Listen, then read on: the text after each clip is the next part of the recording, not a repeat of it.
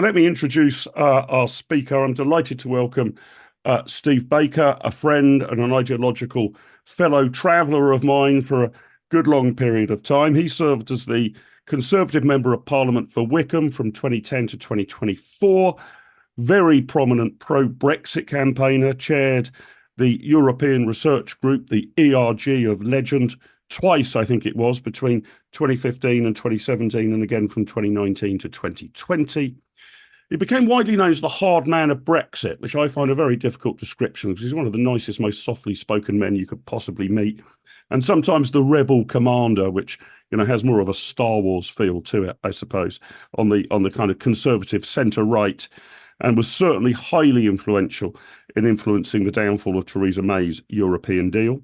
He served as Minister of State for Northern Ireland and in the Cabinet Office while the Conservatives were in government. Since losing his seat at the last election, along with two-thirds of the Conservative Parliamentary Party, he has certainly not been idle. And today, amongst other things, he is the founder and chair of the Fighting for a Free Future project. Steve, welcome. Great to have you with us. How the very devil are you, sir? I'm very well, Mark. Thank you very much indeed for having me on. And thank you to everybody who's joined. I can see how many people there are here. It's a real privilege. I should say the Brexit hard man thing was a joke precisely because I'm a big softie. And that joke was my worst ever mistake. I embraced. You coined the term yourself about No, it's not true. There was a journalist wrote it up in the press. But I then referred to it in an interview, and it was a mistake because people thought I'd coined it, but I hadn't coined it. But it's just too late. It was too late, and it was catnip to the press, and it was a disaster. And what I learned was never make a joke at your own expense. When you're a politician, people will do it for you.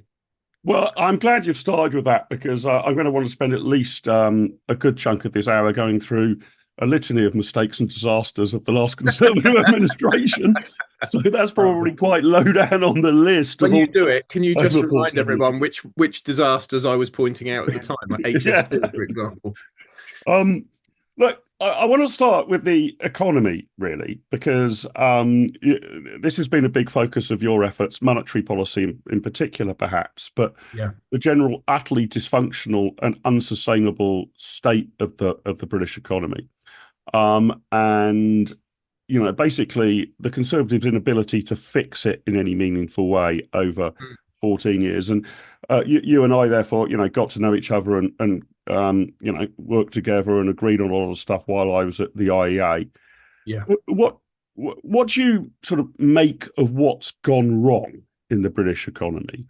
And do you agree that the drift of what was going wrong continued under 14 years of Conservative government? Certainly, the drift continued. What's going wrong, I'm afraid, is the end of the managerial age, the sort of post-war social democratic consensus of high government spending, even during the Thatcher years.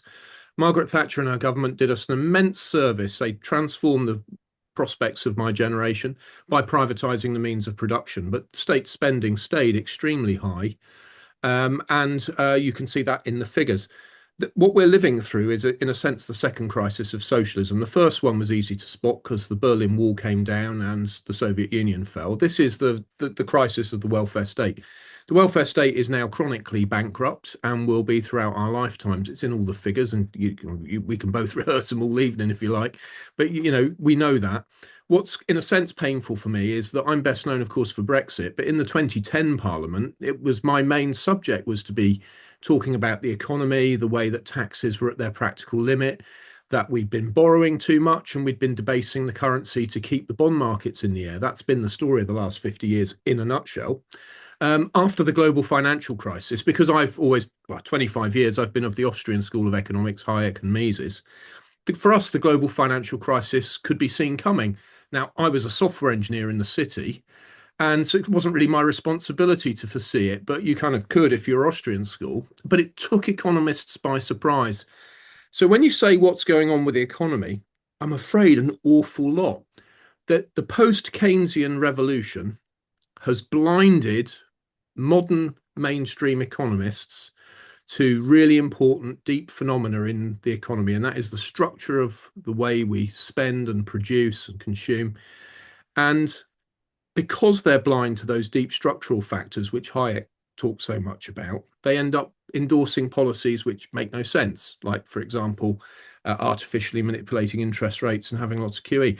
So I'm afraid a lot is going on, but in the end, it's very simple. The state lives far, far beyond its means, backed up by an ideological consensus which thinks it's a good idea. And unfortunately, it's now running into the buffers, and it's running into those buffers in our generation. And we absolutely must do something about it.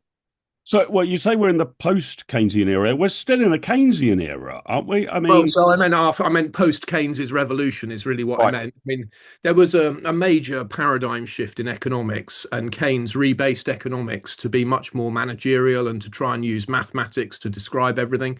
But the truth is, you can't. This is why socialism doesn't work, because the information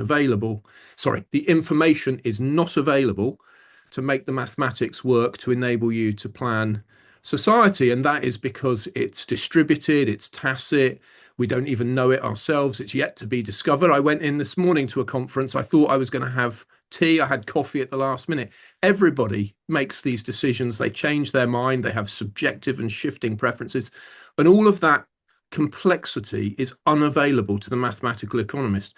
And so economics needs rebasing. They need to start taking into account the problems and knowledge, the structure of production, and the importance of time in production. Because, of course, this computer I'm sitting in front of was not, the aluminium in it was not extracted from the ground on the day it was sold to me. So, and time in production really matters. And we need to rebase economics, because unfortunately, we've got this huge ideological problem that the social democratic consensus is possible because economists have a range of daft ideas which they should be disabused of.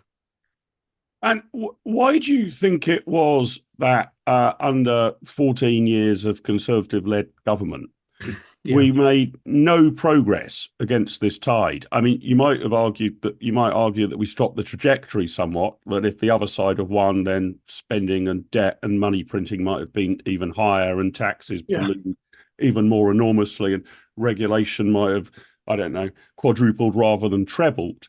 But the entire drift, really, apart from some very, very modest dampeners on expenditure at the beginning of the coalition government, was all in a social democratic direction. I mean, you might be able to pick out one or two particular reforms on the sides that folk are still proud of. Those tend to be towards the early period of the Conservative administration, education reform, for example. But in the overall kind of macro picture, this drift just continued. So after 14 years of Conservative government, we're looking at even higher taxes than were inherited, even more debt that was inherited, even more public spending that was inherited, and even more absurd monetary policy than was inherited. All of that drift continued. Why? After a 14-year stretch in power, you can't ask for much more than that in a democracy. Well, there's three things to say about that. I think it is worth remembering that for 5 years we were in coalition with the Lib Dems, and nothing could happen unless the Quad approved, which gave the Lib Dems equal power. We were then in quite a small majority government from 15, and we had the referendum, which having the referendum overran everything. We then lost the majority and were in confidence and supply, trying to cope with the aftermath of a big decision.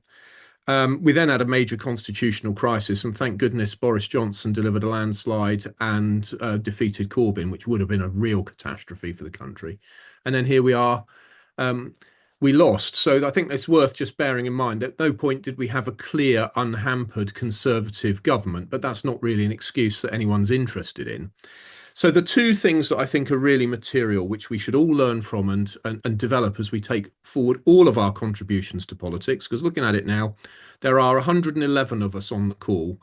We're all on the call this evening because we deeply care, and we've all got something to contribute and add to the life of the country. So thank you for being here. Two things: practice, ideas. As an engineer, an aerospace engineer, I really care about practical action being underwritten by a solid grasp of ideas which work. And that's why I think ideology matters.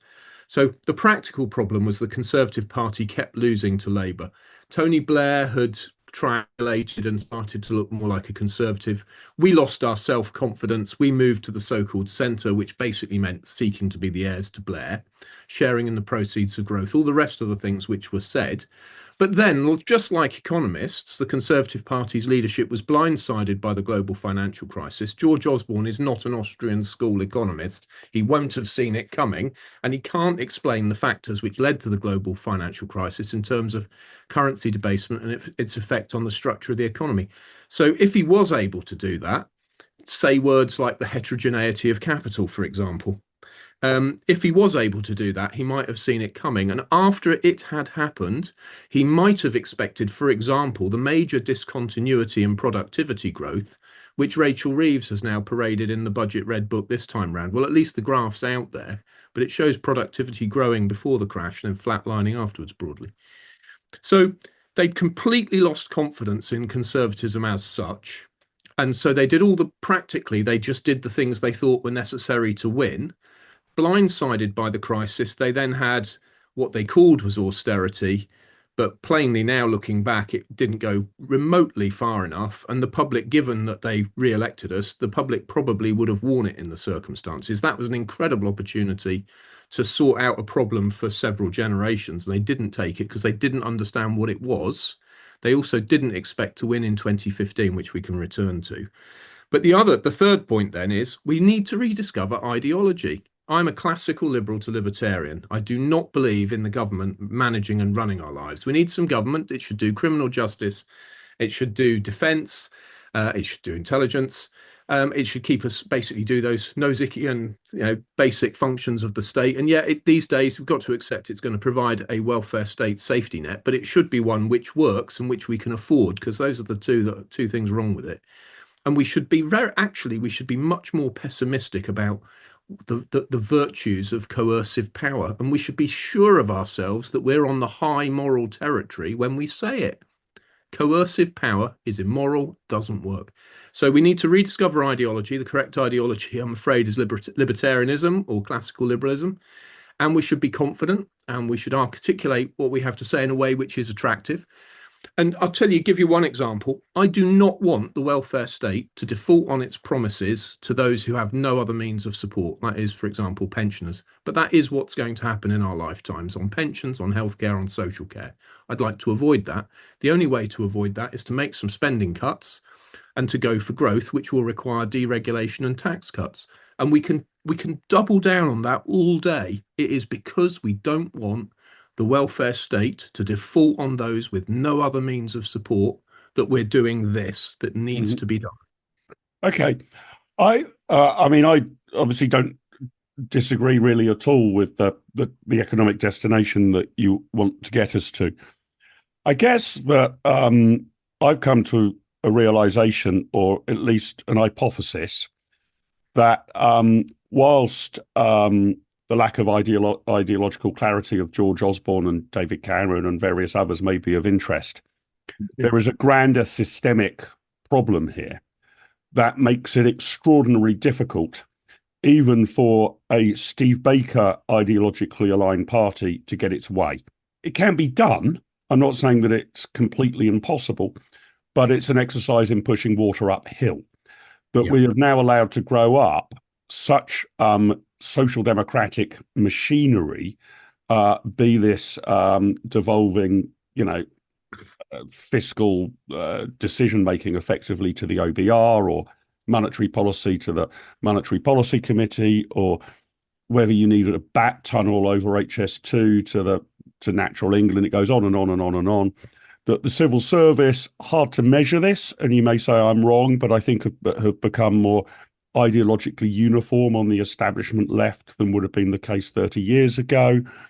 The judiciary, possibly even against the will of most of it, has been politicised. That is to say that decisions that require political discretion are now effectively made by judges. All of this is an environment in which I think if you don't reset that government machinery, even having a kind of Javier Milei-like prime minister could end in failure, because it isn't simply a matter of political will.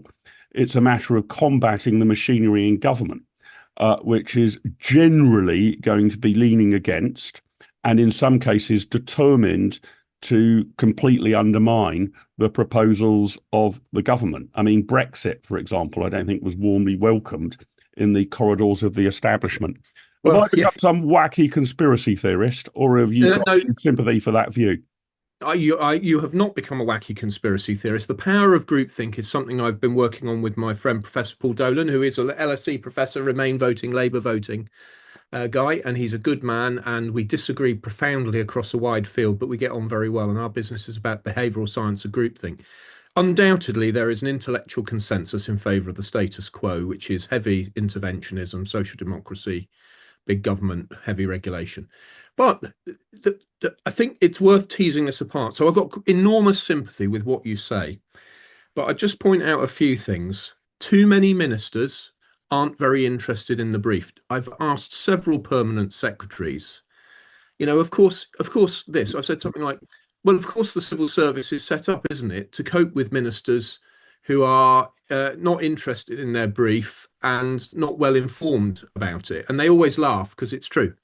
Too many ministers aren't interested and they're not well informed and they're not really that interested in becoming well informed. They're only there to get up the ladder and try and become prime minister.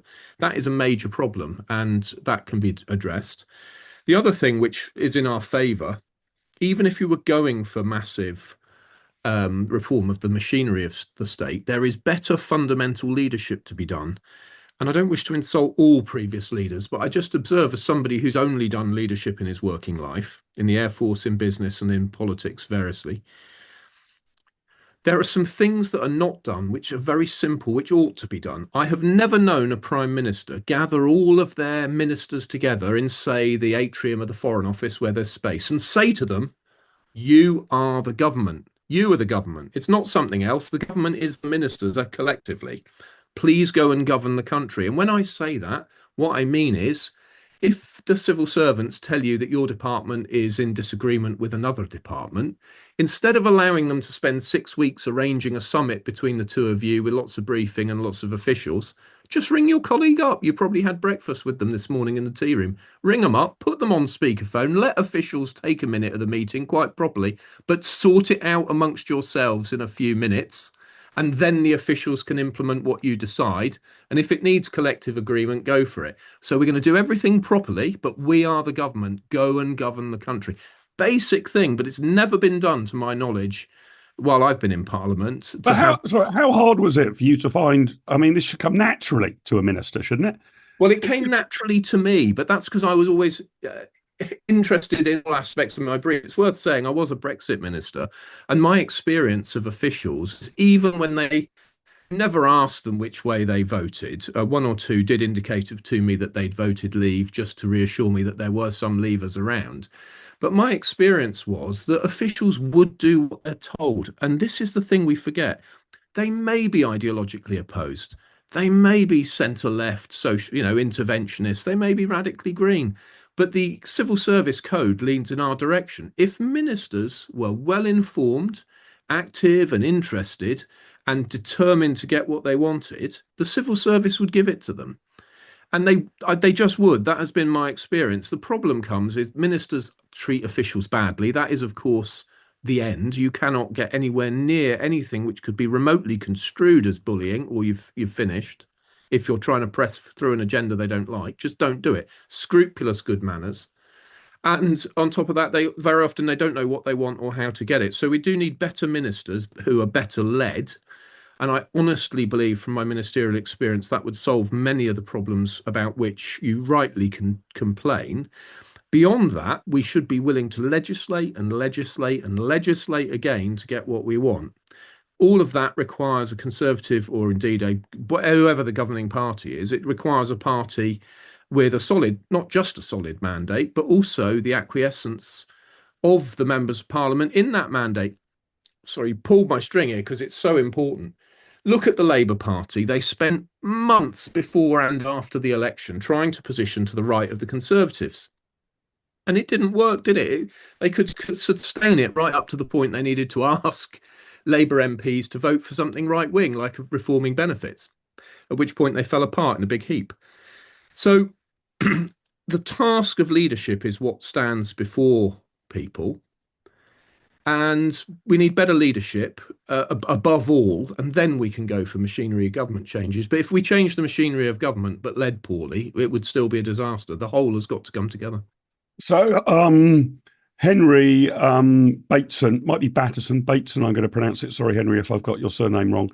Asked this question. He says, Steve, based on your experience, what's the biggest obstacle for policy implementation currently? Is it the civil service? Is it Quangos or the judiciary or any others? Are you telling me that the biggest problem was that the many hundreds, it must have been, different ministers over 14 years in the Conservative administration didn't know what they wanted, screamed at civil servants when they didn't get what they didn't know they wanted, and therefore, right across the piece, nothing much got done? I'm afraid I don't like to can say that this is my opinion, but I'm afraid I do think that that is a very significant factor. I do not believe that the problem was that resolute and confident ministers with a solid grasp of their brief found that they were running onto the rocks because they were resisted by officials. It is a major impediment to any minister that there is a tangle of, such as it is in our system, constitutional law which resists what they might want to do, and which results in advice coming to ministers which say you can't do that because of the Human Rights Act or whatever else it may be. But again, that's why I say we need to legislate and legislate and legislate again. And a lack of political will has sometimes been the problem. But I'm a great believer in the fundamental rights that people have, freedoms from, not entitlements, freedoms from one thing or another, so that you're free to pursue life, liberty, and happiness. But we should have been willing throughout the 14 years to just keep legislating until we had a conservative constitutional settlement. But, again, I say in the 2010 to 15 Parliament, power was effectively 50-50 with the Lib Dems because of the Quad. But that was probably the most right-wing period of the 14 years in office. Well, I am a classical liberal to libertarian, and I can understand why you spent your period with the Lib Dems, because I think if you're a libertarian, there's a little bit of libertarian in the Conservative Party and a little bit of libertarian in the Liberal Democrats, but altogether not enough in either of them. Mm-hmm, mm-hmm. So Mike Bell asks, if Steve is right and civil servants will do what they are told by the minister, then the most important task for the new right is to create the detailed policy and a team to support whoever is the minister so we can actually get things done. Is that the solution? Do you think it's a kind of preparation thing that almost, I mean, I'm taking Mike's question to a ridiculous level, but almost the kind of next manifesto for the centre right needs to be 150,000 pages in length. I mean, it might be you produce a summary version of it, but saying actually, here is the detailed thing that we're going to do on the bus network or some such like, and here's 150 pages on it. And therefore, there's no doubt that if that party were to win, that there's a mandate for it. And you slap it on the desk and tell the civil servants not to reach for their own bookshelf of, I know what we need to do, ID cards or something. That seems to come off the bookshelf every sort of, 3 or 4 years. Or a minister who says, I don't really know what I'm doing. What ideas have you guys got? That you have unbelievable detail that is all publicly available. Then you get a mandate for it. Then you slap it on the desk. Is that the way to do it?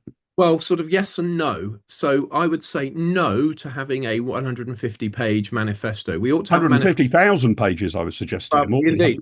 But no, what we should do is have slim principles-based manifestos that the public might actually read. Now, there'll be all sorts of said about uncosted and all the rest of it. We need to find a way through that. But I'm talking about having a government which comes to power to dramatically cut spending. I was at the Growth Commission conference earlier today. Forgive me, it's been a long day, but the figure was something like over, I think it was 130 billion would need to be cut just to get state spending back to where we were before the pandemic. And to get state spending as a proportion of GDP back to where it was sort of Blair era, we'd have to cut 300 billion. Mm-hmm. Well, we need a government which comes to power to cut 300 billion. And it's going to need to cut 300 billion pounds of spending where it's actually made. And that's going to be very controversial. We don't need a government which comes to power promising tax cuts without working out how to cut 300 billion. That's a big deal. So principles-based manifestos, short enough that people might actually read them, with whatever we think is insufficient fiscal analysis. But you don't want to give your opponents, and they're not enemies, they're opponents, you don't want to give your opponents advance notice of all your bills. You won't publish them, but you should have them ready on all the key issues. The main bills should be ready to go for that crucial first 100 days, in which captures at least journalistic imagination. So that's why I say yes and no. Yes, be thoroughly prepared, but no, don't publish it all. Put out enough that you've got a solid mandate. It has to be said, civil servants will take a manifesto and then use that as performance management to make sure the government's done what it told the public it would. That's got to end. In the end, the Prime Minister is Prime Minister while they command the confidence of the House of Commons. So you need enough out there, enough mandate that the public know what they will get. And let's not pretend the public read manifestos. I didn't read a manifesto before I was a candidate, and then only after the nominations had closed and I couldn't withdraw my name, because that's the way it works. So, yeah, yes and no. But the other component, it's not just having on paper what you'll do, it's also having the climate of ideas ready to receive it. This is Hayek's point in the Intellectuals and Socialism. Job of the IEA, of course, to educate people as a charity.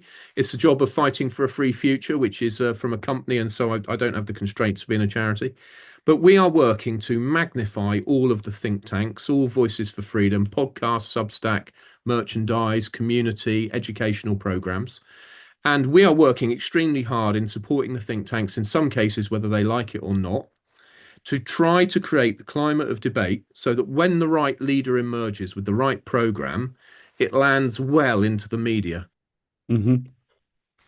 That's really interesting. Mike Bell clarifies, by the way, that he wasn't implying length about policy. He was suggesting clarity. I know, sorry, Mike, I rather bent your question into a shape that you were not intending. Linda Mitchell asked, do I take it we're not getting the right people standing to become MPs, or is there a lack of training for new ones? Both.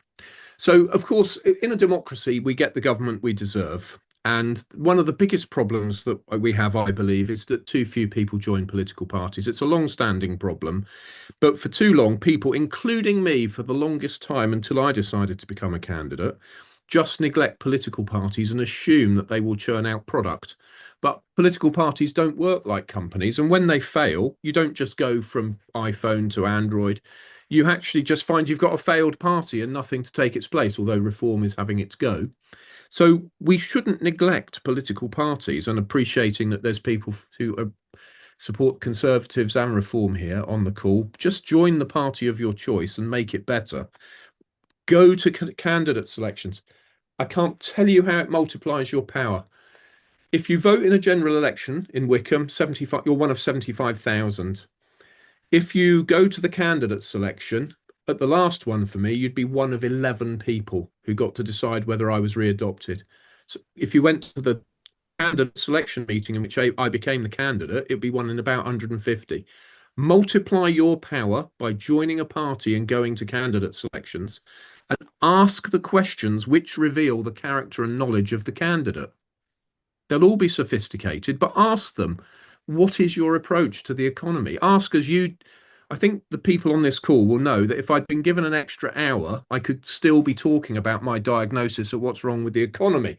Mm-hmm. And you want candidates who really understand what's gone wrong and what to do about it. That you'll only get that if you go to the meeting and ask the question. So that's a big issue. It's not about money. It drives me mad to hear people say, oh, we should pay MPs twice as much and we get better MPs. Very few, certainly on our side of the argument, very few people become an MP because they'd like money. Oh my goodness. I mean, the opportunity cost for me has been huge. You become an MP because you really care. The trick is to get people who really care about the right things, and that can only be achieved by going to the selection meeting. Interesting question from Robin Young, and I want to move into party politics and how it's changed and whether there's a big realignment going on. Robin Young says in the 1970s and 80s, we needed an economic reset, and Mrs. T and the IEA provided the impetus, amongst others, I think it's fair to add. The issues now, he says, are more than the economy, it's cultural.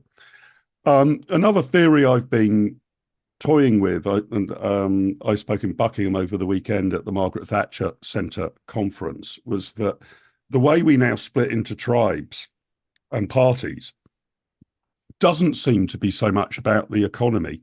It's more about where you stand on cultural issues, issues of sovereignty, issues of identity, whether you're a globalist or a nationalist.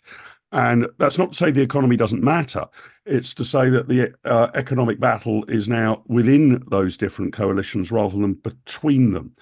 Do you Yeah, think that is happening in politics now? And actually, you absolutely. could Yeah, find and classical liberals dotted all over the place because yeah. the J.K. Rowling sorting hat for which party you're going to end up in the future is going to be based more on culture than your stance on the economy. I think that's absolutely right. And our mutual friend, Steve Davies, has written a brilliant book, which I commend to everybody, The Great Realignment.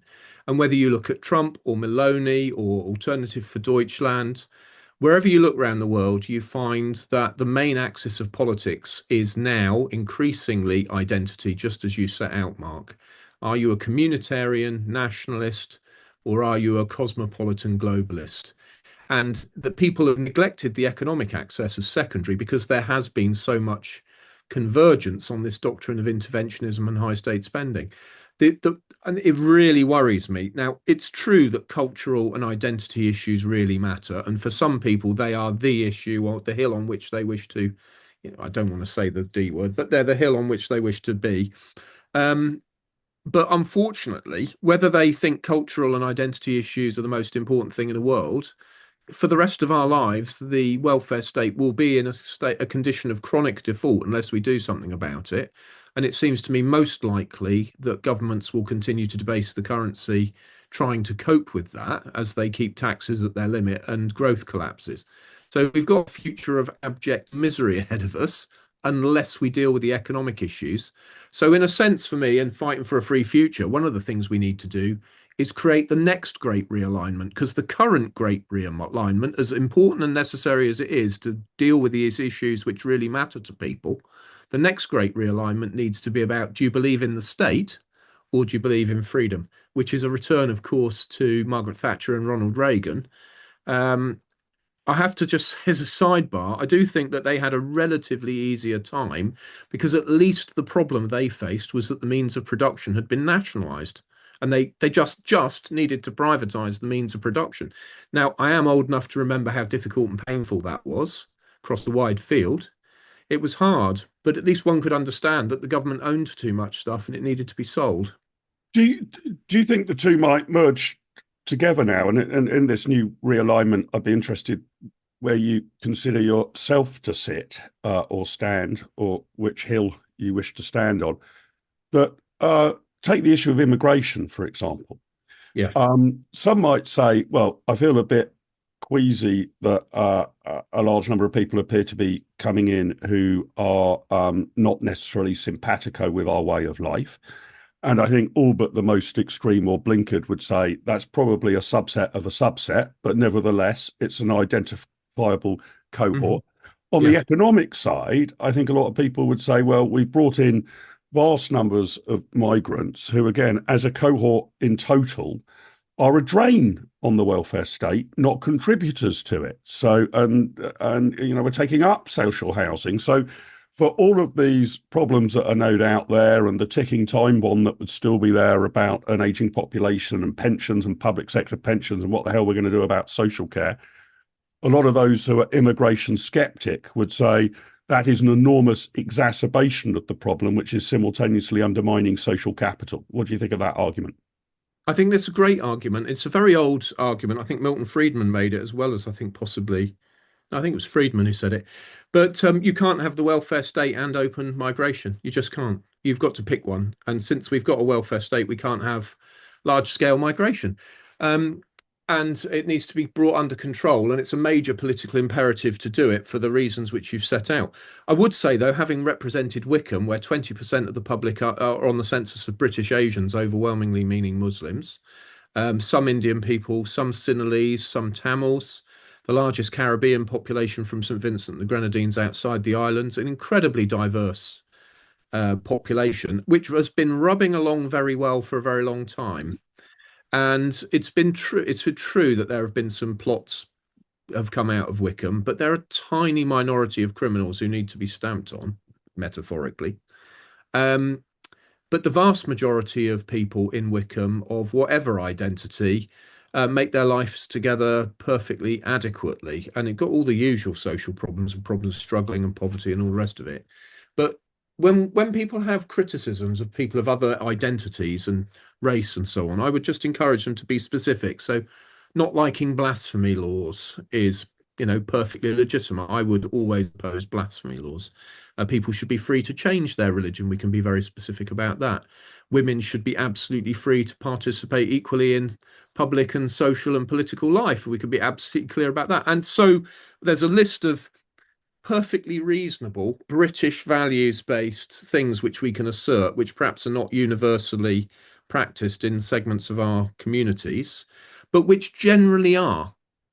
And what the delicate thing is that those of us who have represented large numbers of British Muslims and received their votes and their support and their friendship need to be willing to point out that the vast majority of British Muslims are extremely well integrated, add a vast amount to our society, and we should make them very welcome as something not only to add, but very often to teach us.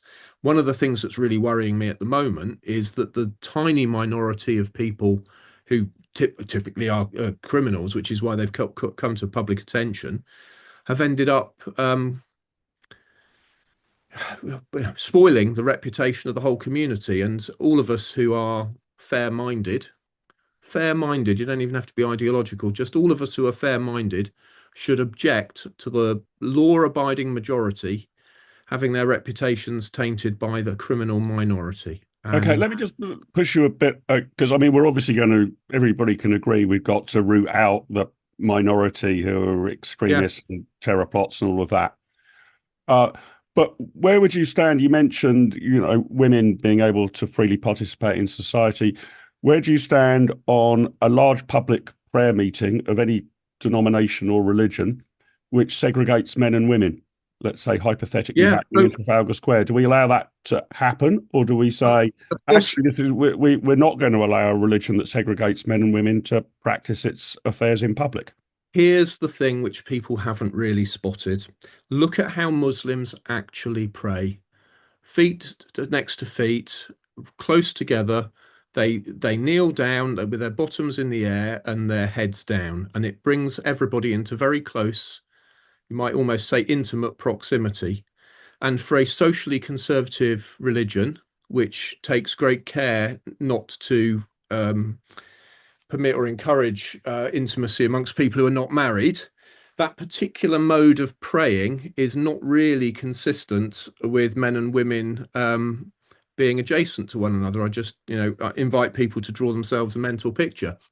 And that's the problem, is that I heard Kemi say that she wants religion to be practiced in Trafalgar Square, but not with segregation. But that's to not understand what actually is going on. Look at Muslim prayer. If you mix men and women with Muslim prayer, you will end up with men and women in too intimate a proximity to be consistent with their faith and their belief. They have socially conservative beliefs about the relations between men and women, and that's the problem with it. So I wouldn't be banning it, but I would be asking Muslims to explain why they do things the way they do. And if they can't mix freely, then at least put the women at the front half the time. Yes, that would be an interesting adaptation.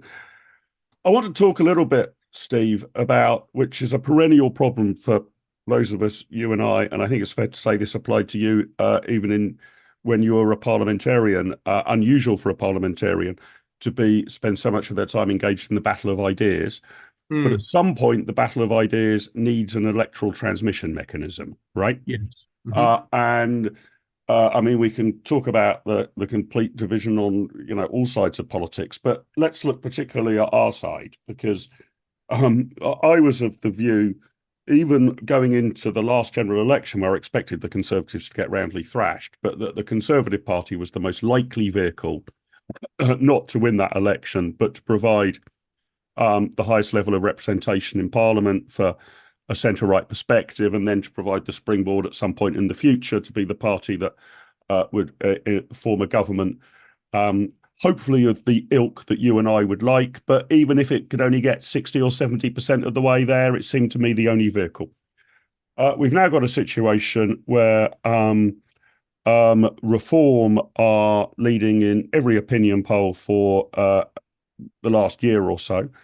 And a large number of centre-right people would lean into thinking that's the way to go. So let me ask you, are you going to join Reform? No, because I'm once again without a party. I'm a classical liberal to libertarian. So I think that let's call it nationalism, concern for identity above all things. Nationalism and interventionism tend to go hand in hand, and they create conflict and division at home and abroad. And I think that's a thesis, again, we can develop at length. And I want no part of that. So although I think the issues of culture and identity are really important and should be developed, and we should insist on the principles of a free society, I couldn't join a party which is really basically the beneficiary of this great realignment. So, I've just renewed my Conservative Party membership. I think the party's worth saving. And I think the coalition is worth rebuilding. And it's a coalition of classical liberals to libertarians like me, communitarian nationalist Downey Kruger, of course, gone now to Reform, plus the merely conservative, those people who think the world's working fine, thank you, let's not change too much. Well, they can't be part of the coalition. That's the bloody problem, isn't it? Well, You can't get Steve, anything done if you've got 100 of each of those types on the well, green benches, because on it, there's no given issue upon which you'll form a majority, even if you've got a nominal majority for that single party well, in Parliament. of course, Mark, I would love to have a majority in the House of Commons, a very large majority of compassionate, sensible, moderate, thoroughgoing libertarians like you and me. People who want to look after others in the sense of giving them the maximum freedom to flourish and give them a chance to secure their own future in life with property and with savings and family and all the rest of it. But that's not very likely. And I'm afraid this is one of the reasons why I say please join the Conservative Party if you're remotely inclined, because you can go along to a party selection and make sure that you have fleshed out whether your candidate or proposed candidate, are they a mere conservative? Are they a communitarian? Are they a classical liberal to libertarian? And flesh that out and vote for the one you prefer. But otherwise, we will continue to have an unsatisfactory amalgam. And this is not to say I dislike my merely conservative colleagues. They often have a very valuable perspective to add, and I've often voted with them and thought the world of them. But if we're going to do what needs to be done to return this country to growth and prosperity, we will need quite radical change, and it's classical liberal to libertarian change. We're just going to put a survey out for the gathered throng. We've now got many more than 100 of you on the call. I don't know how many of you are Conservatives or Conservative aligned or Reformers or some other brand on the centre right, or quite conceivably on the centre left. We're all inclusive here. But I mean, I don't know if I've phrased that statement in the right way. The Conservative Party has now basically understood the major issues facing the country and are the best party to fix these issues. To what extent do you agree or disagree with those thoughts? As I say, I think the Conservative Party probably hasn't yet realised the scale of the problems facing the country, is somewhat too managerialist. Under Kemi's leadership, says it's under new management, but is that sufficient? Is that enough? Are Reform promising something completely different and new? And while we're at it, if you voted in that poll, I want to bring up a second poll as well, which is, do you think we're worrying too much about party political organisation, when actually we might find that the economy just forces us in the sort of direction that Steve and I were talking about, that actually taxes will finally come down, we'll have to reconcile public spending, we'll have to stop printing money as an answer to our prayers, we're going to have to get used to not permanently living off cheap credit. So I've heard this theory put forward, and indeed this theory put forward quite often by those who think there could be a conservative springback, basically. The British economy is going to experience some sort of dramatic crash in the next 2 years, and this will transform politics. I've heard some who think that the Conservatives could bounce back, that if there were some, I mean, God only knows what the crash would look like, but something on the scale of 2008, suddenly the economy comes into focus again. And it's not so much that Steve and I have been going around the country talking about the benefits of exactly what Hayek or von Mises meant. It will actually be reality comes in and bites. Steve, what's your take on that side of the ledger? That I mean, you quoted Milton Friedman earlier. I think he also said quite brilliantly about think tanks, that the role of a think tank is to keep ideas lying around and on the shelf for when Yeah. they are needed. And so Yes. you might be feeling that you're having an entirely academic conversation with no prospect of immediate political influence, but then you get a kind of inflection point or a point of disaster or a point of opportunity, and that's when you need to reach for the material.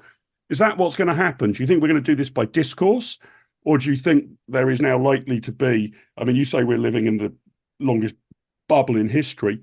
Do you think Yeah. there's likely to be a point where the bubble pops Yeah. and suddenly what was politically impossible becomes politically inevitable? Yeah, so I do think that there will have to be a crisis to get the change that we need. And it was the global financial crisis, and we missed the boat because the elite didn't understand what had happened and what needed to be done. So that's what my project's about. I think that's what you're doing. We're creating the conditions so that when the pop comes, when the next massive crisis comes, people are willing to blame the state, blame the status quo, blame high taxes, blame borrowing, blame currency debasement, blame over-regulation, instead of turning to the state. Because this is one of the big problems with the rise of nationalism everywhere, is that I'm afraid the world's seen this before, a failure of interventionism leading to nationalism, and then people going for more authoritarianism to try and make the whole thing work. And I'm afraid it spiraled out of control in the past. And I'm not suggesting that history will repeat, but it might rhyme a little. And so what all of us of good faith who believe in freedom need to do, I mean, it's freedom, democracy, the rule of law. That's the, as it were, the holy trinity of politics, as Margaret Thatcher eloquently described in a brilliant speech. We need to make sure that we have all three, freedom under the rule of law with democracy to control it. And it's our task to make sure that when the crisis comes, the conditions are set so that the media class, the influencer class on social media, the teachers, the doctors, the engineers, the chattering classes, the people who tend to inform and make opinion in communities, perhaps even the vicars, the Church of England, they are sufficiently well informed to know that it is not tenable to blame freedom for the crisis that we have just come the time, the crisis that we have endured. Because if they do think that freedom's to blame and they choose more state control, we'll have a terrible, terrible problem. Do you think, though, that we've now got into, in a kind of Orwellian sense from 1984, into a state of mind where all of us are living in a permanent state of crisis in every sector at all times? The National Health Service is permanently in crisis, right? It's not like it has one bad year in 8. It's permanently in crisis. Everybody, or at least the political narrative is, in these particularly tough times, everybody's struggling to get through. But it's not obvious to me that these times are any particularly tougher than they were a year or two ago. Well, yeah, and I think that people you get this continual narrative of perennial disaster everywhere. Yeah, I'm afraid in which a future, a state lever needs to be pulled just in an emergency, just this once. I mean, COVID lockdowns being a classic example, just to get us over this hill. But unfortunately, you never get over the hill to the happy valley, right? That, I'm afraid, is the real risk. The combination of COVID and before it Brexit has been really exhausting for public discourse, and it's not unique to the UK. It's certainly not the fault of Brexit that nationalism has been on the rise everywhere. But this is why Dolan and I do this work on groupthink and on polarization and how we can agree to disagree more agreeably, be more tolerant of disagreement, how people can stop hating those they disagree with. That's the subtitle to Paul's book, Beliefism. So this is really important stuff. But we do need to create the ideological terrain whereby it becomes impossible to blame freedom and free markets and keep calling for those state levers. When you look at the massive hit to GDP that came from COVID, you look at children's mental health, any number of indicators. No one can claim that that results from freedom. In a sense, it's almost a gift to us to show that this is what happens when you dramatically apply state power, even though enormous lengths were went to try and build a bridge through it all, paid for, of course, with QE, although I wasn't able to stridently attack that at the time in the circumstances. But let's not lose sight that we're on the moral high ground. I think it's the job of all of us to equip ourselves with any of these crises to say, well, yes, it's a shame the National Health Service is in crisis, and the people who work in it within it are wonderful people, and we appreciate their service. But it is a socialised healthcare system. It's not the free market failing that the NHS is in trouble. It's the National Health Service. It's established on socialist principles, and I'm afraid socialism never works, and maybe that's what's going on. But it seems to have a very long lifespan, right? That's the thing. Well, I mean, it hasn't been working for a long time.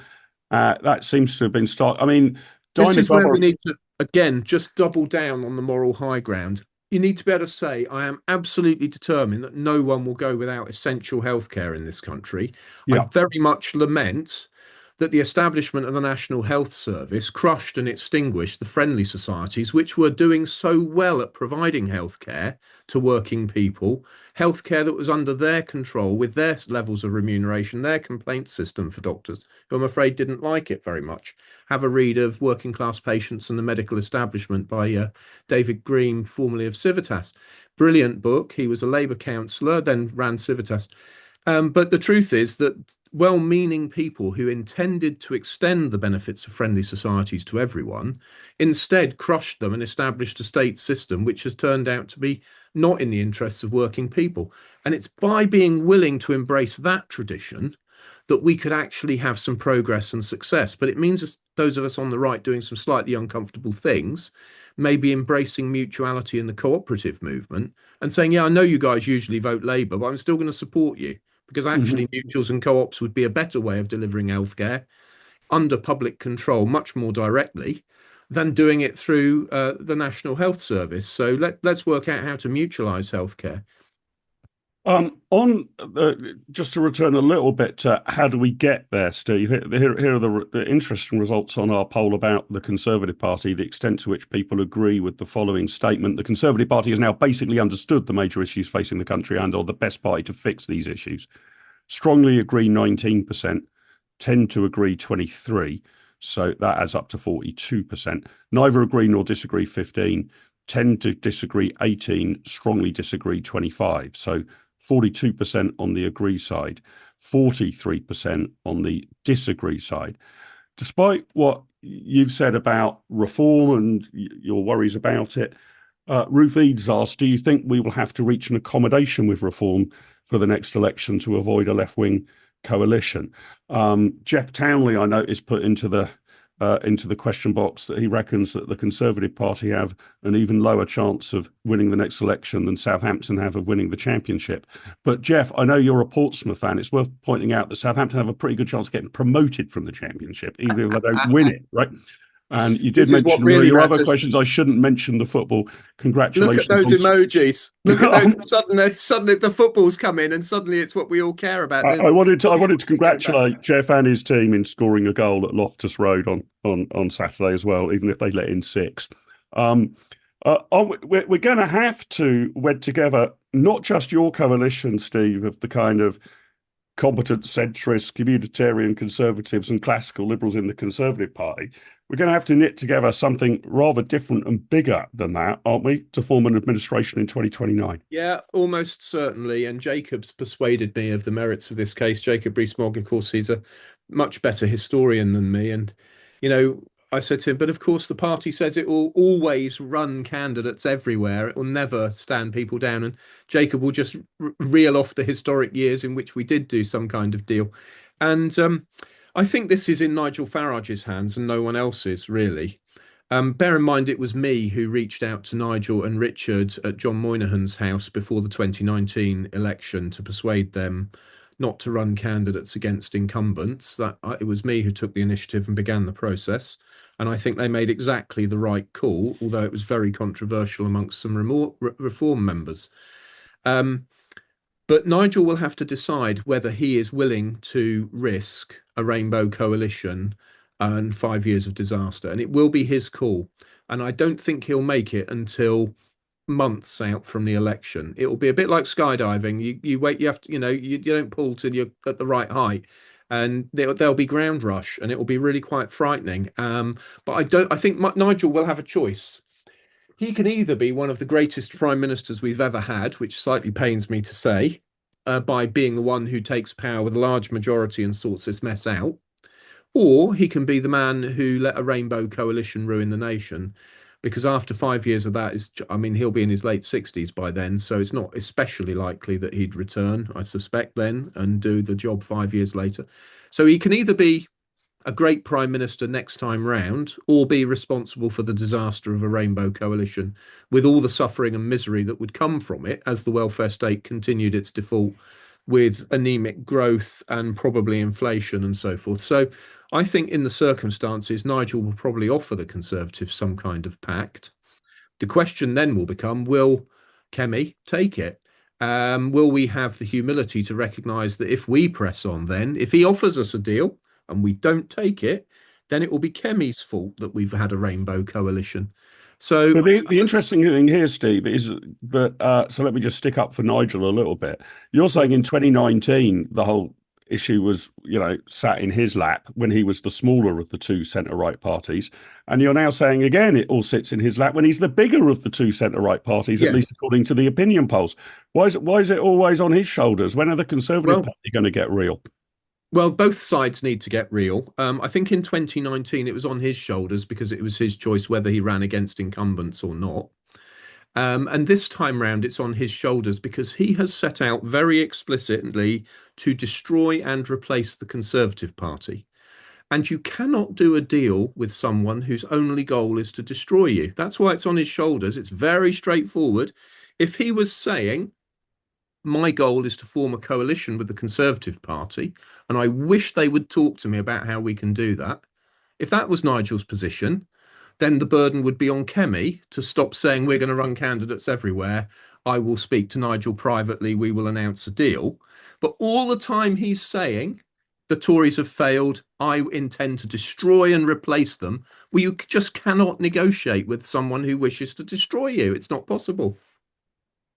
Interestingly, and let me finish, Steve, with your thoughts on this question. The second survey we asked was about whether a crash in the economy is going to happen and this could be transformational. So the statement we put to people was the British economy is going to experience some sort of dramatic crash in the next 2 years, and this will transform politics. Strongly agree 39%, tend to agree 42%. Neither agree nor disagree 9, tend to disagree 8, strongly disagree 2%. So only 10% think that won't happen. And fully, if I got my maths right, 81% think that will in the next 2 years. That means we've got to get our ducks in a line PDQ, doesn't it? It absolutely does. When I was first elected to Parliament in 2010, very wet behind the ears, no prior political experience, I thought then we could win the arguments like the one about the monetary system through debate in our political system. I was absolutely wrong about that. It's going to take a crisis to sort this out. We do need to get our ducks in a row, but I'm afraid it's not as easy as getting our ducks in the row on an electoral pact. That is a necessary prerequisite. What we need to get our ducks in a row about is what the problem is and what we need to do in order to reach the ends we have in mind. And the end I have in mind is prosperity and a hopeful future for everybody, especially the young who I wish I'd paid attention to the student loan system that was put in place, but I can't believe what we did to student loans so that people have got debts they'll never repay that just sit there growing. We've enslaved young people. They can't buy houses. It's outrageous.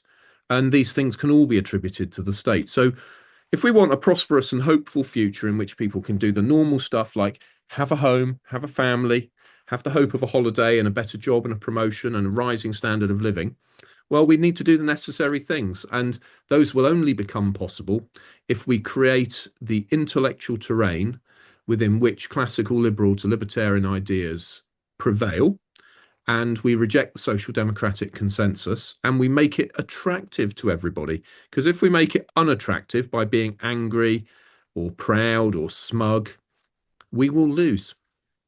Do you think that we need to accept it will be difficult? Or do you think it will be difficult? Yes, Because part, we've got part to of the cut problem pensions. one of the dilemmas I kind of sometimes shuffle with is sort of any politician saying how agonizing it is to ever cut any part of public expenditure, and sort of terribly sorry, but this is an absolute necessity. We've got to kind of balance the books somehow. I know this is going to be really, really terrible. Or should we try and make more of a virtue out of necessity? Actually, that there are large parts of government that we do want to end, and we think it would be better if they did. And the transition, the surgery could be painful, but Yeah, the but let's body not politic pretend. will be a lot healthier at the other end of it. And not having the surgery is a route to disaster, right? Yes, yes, all of that. But let's not pretend that we can balance the books and avoid the default of the welfare state by abolishing DCMS.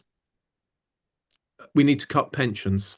The unfunded state and public sector pension liabilities are multiples of the national debt. John Moynihan's book, Return to Mhm. Growth, is very good on this. It's got a lovely infographic, which I wish I had time to fetch out of the book. But people find it in my Twitter feed, X feed. But those pension liabilities are a terrible millstone around the neck. And something must be done about them. And likewise, healthcare, and social care. When we say we're going to need to put in place cuts, there's no escaping. They will be cuts to things that people really care about. The trick is going to be to cut things in such a way that the welfare of the public is maximised in all the circumstances. Um, and that means in continuing to provide for those who have no other way to provide for themselves. But things like the classic illustration of where this goes wrong was means testing winter fuel payments. Both centre-right parties were as bad as each other. The Labour Party was doing the right thing to take away winter fuel payments from those who didn't need it. It was only the beginning of what needs to be done. The triple lock must go. And partly because it was in the midst of a Tory leadership competition, the easy political thing was done, and both parties ended up celebrating doing exactly the wrong thing. And until that nonsense stops, we are in real trouble. And it's no good in such circumstances just following the polls. This is what parties do. They look at what the polls say. They look at what the polls say their voters think, and then attempt to give that to their voters in order to win. And that's fine insofar as it goes. And it might be all right in a time of boom, but in a time when we face the chronic default of the welfare state indefinitely, with real human suffering, with taxes too high, too much debt, inflation we've had, we'll have some more. That it merely following the electorate is not equal to the task before us. Yeah, I think there's also quite a lot of literature, Steve, to suggest, which might be an encouraging note to finish on, that in democracies, socialism is actually quite popular in contemplation, but extremely unpopular in effect. Yeah. Liberal market reforms are actually not very popular in contemplation, but hugely popular in effect. I think it's nearly impossible to find any of the Thatcher reforms that were winning opinion polls in contemplation, but they Yeah, became, by and large, hugely popular afterwards or as they were being implemented. So I think absolutely. that is one of the best arguments to encourage people who sometimes might not have the bravery of a Steve Baker to not just Well, wilt to the opinion polls.